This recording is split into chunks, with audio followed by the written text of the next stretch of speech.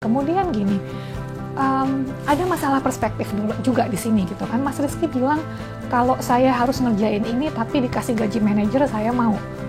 Itu kan pendapat kamu. Itu pendapat pribadinya Mas Rizky. Tapi kalau kita ngomong sama atasannya, belum tentu atasannya menilai pekerjaan itu adalah pekerjaan selevel manajer.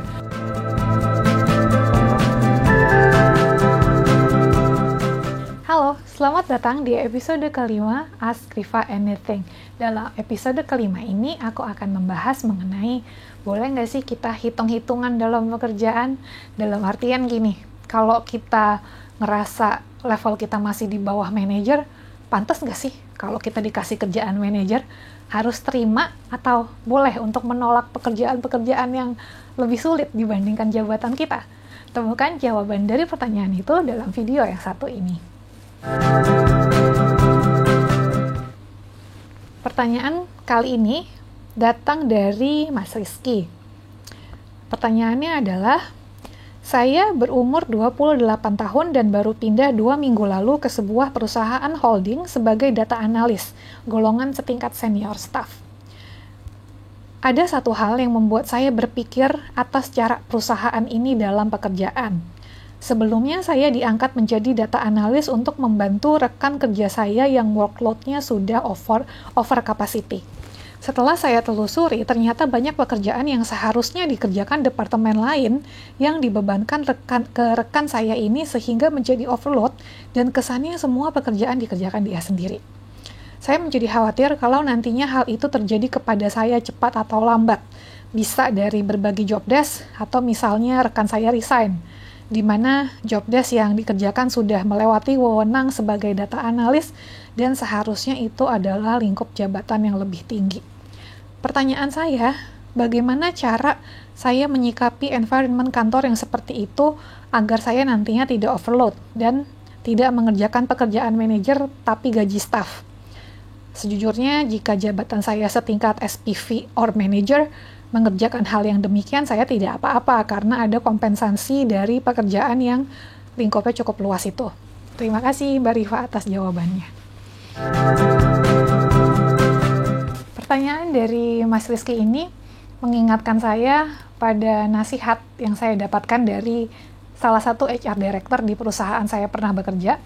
Waktu itu jabatan saya masih asisten manajer, tapi tuh udah ngerjain pekerjaan-pekerjaan yang menurut orang lain, bahkan ini menurut orang lain ya, itu adalah pekerjaan manajer. Nah, waktu itu tuh saya sempat terpengaruh, apa iya ya, ini tuh harusnya kerjaan manajer tapi gue yang kerjain gitu kan.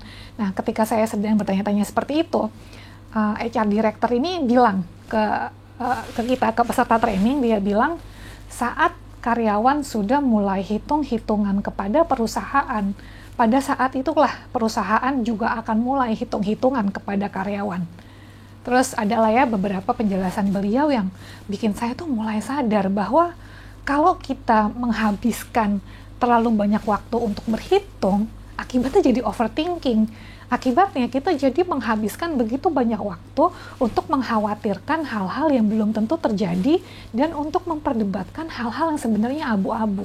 Nah, kalau kita jadikan cerita Mas Rizky ini sebagai contoh, ya, Mas Rizky ini kan kerja di sana baru 2 minggu.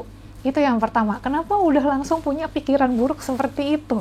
Ya, terus dari cerita ini juga tadi saya tangkap Mas Rizky ini direkrut untuk membantu temannya, karena temannya ini sudah overload. Artinya apa? Artinya perusahaan tidak menutup mata bahwa temannya Mas Rizky ini butuh bantuan. That's why, itulah kenapa Mas Rizky dipekerjakan untuk membantu temannya supaya nggak jadi overload lagi. Iya kan? Nah, itu kalau kita terlalu berpikir kejauhan gitu ya, akibatnya jadi tertutup kabut gitu ya. Pikiran kita tuh jadi tidak bisa berpikiran secara jernih. Kemudian yang kedua gini, kan Mas Rizky-nya juga baru kerja di sana 2 minggu ya. Udah paham belum alasan kenapa pekerjaan-pekerjaan itu diberikan ke data analis tim? Kenapa tidak dikerjakan oleh masing-masing divisi? Ya, aku nggak tahu Mas Rizky ini kerja di mana, tapi aku pernah kerja di sebuah perusahaan yang memang mengharuskan yang namanya data harus disiapkan oleh tim data analis. Kenapa?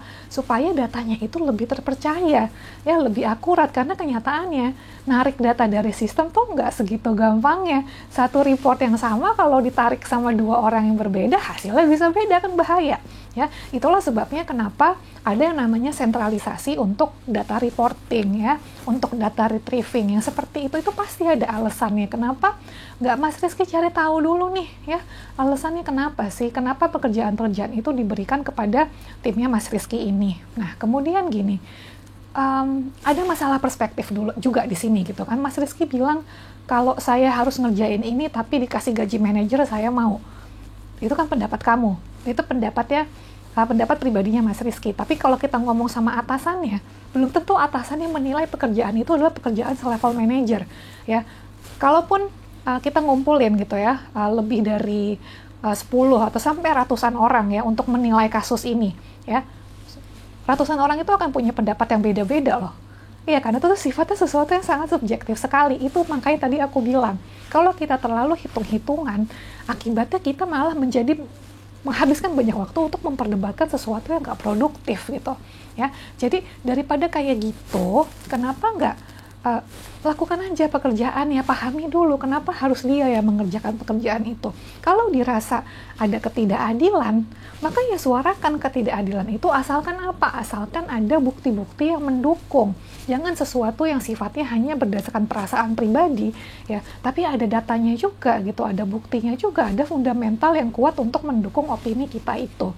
Nah, kalau aku mau cerita lagi ya, balik ke udah berapa tahun yang lalu itu ya, udah lama banget, setelah nasihat dari HR directorku itu, ketika dia bilang bahwa kalau kerja jangan hitung-hitungan, sejak itu aku udah nggak pernah lagi deh mikirin kayak ini kerjaan gue atau bukan sih gitu kan ya. Selama aku punya kapasitas untuk melakukan itu, buat aku itu kesempatan belajar ya. Aku mikir kayak gini kan, ya udahlah nggak apa-apa deh kerjaan manajer ini aku yang ngerjain, siapa tahu ini bisa bikin aku belajar, bisa bikin aku suatu saat nanti menjadi manajer muda. Aku pikir kayak gitu, dan bener dong.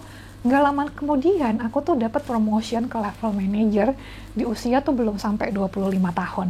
Itu usia yang relatif muda ya untuk posisi manajer. 25 tahun itu kan kerja berarti baru sekitar 3 tahun gitu. Nah, dari situ aku belajar bahwa memang benar ya, kalau kita terlalu pelit gitu ya, terlalu berhitung, artinya kita membatasi diri kita dari kesempatan untuk belajar ya. Kita jadi bukan kerjaan gue, oh it's not my job description gitu. Akhirnya skills kita hanya terkungkung di situ-situ saja gitu ya.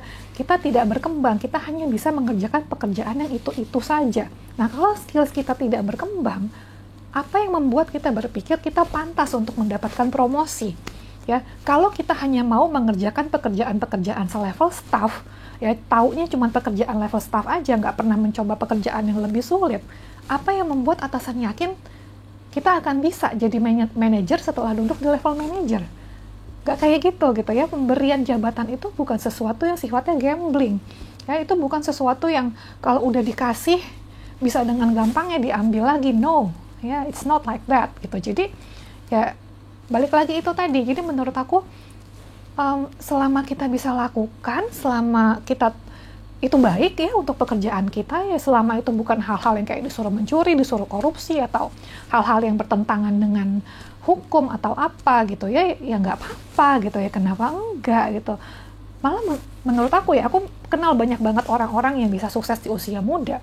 Salah satu kesamaan di antara mereka adalah mereka tidak hitung-hitungan ya, mereka itu senang belajar hal baru, senang menerima challenges gitu ya.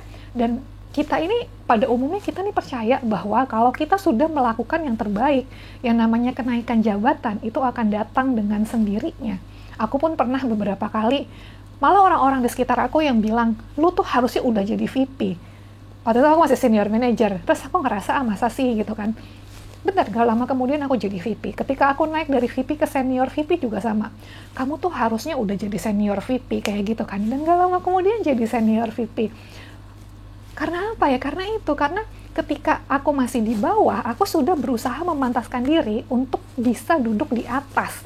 Itu logika yang sering terlewatkan oleh kita hanya karena terlalu banyak berhitung tentang pekerjaan kita.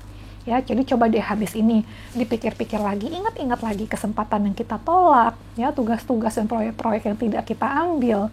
Bisa jadi kalau kita ngerasa nih ya sekarang kok kayaknya karir gue stuck ya, kenapa masih di sini-sini aja, bisa jadi hal-hal yang kita tolak itulah yang membuat karir kita masih jalan di tempat. Bisa jadi ketika kita menolak sebuah tugas, kita sedang menolak sebuah rezeki. Demikian episode kelima dari Ask Diva Anything. Semoga video ini sudah bisa menjawab pertanyaan, bukan hanya pertanyaan Mas Rizky, tapi juga pertanyaan teman-teman yang mempunyai dilema yang sama. Nah, kalau kamu masih punya banyak pertanyaan mengenai dunia kerja, kamu bisa baca buku aku yang judulnya The Little Handbook for Big Career. Ya, bukunya bisa kamu dapatkan di Tokopedia, Shopee, dan Google Playbook. Finally, thank you for watching. Jangan lupa like dan jangan lupa subscribe. Bye-bye.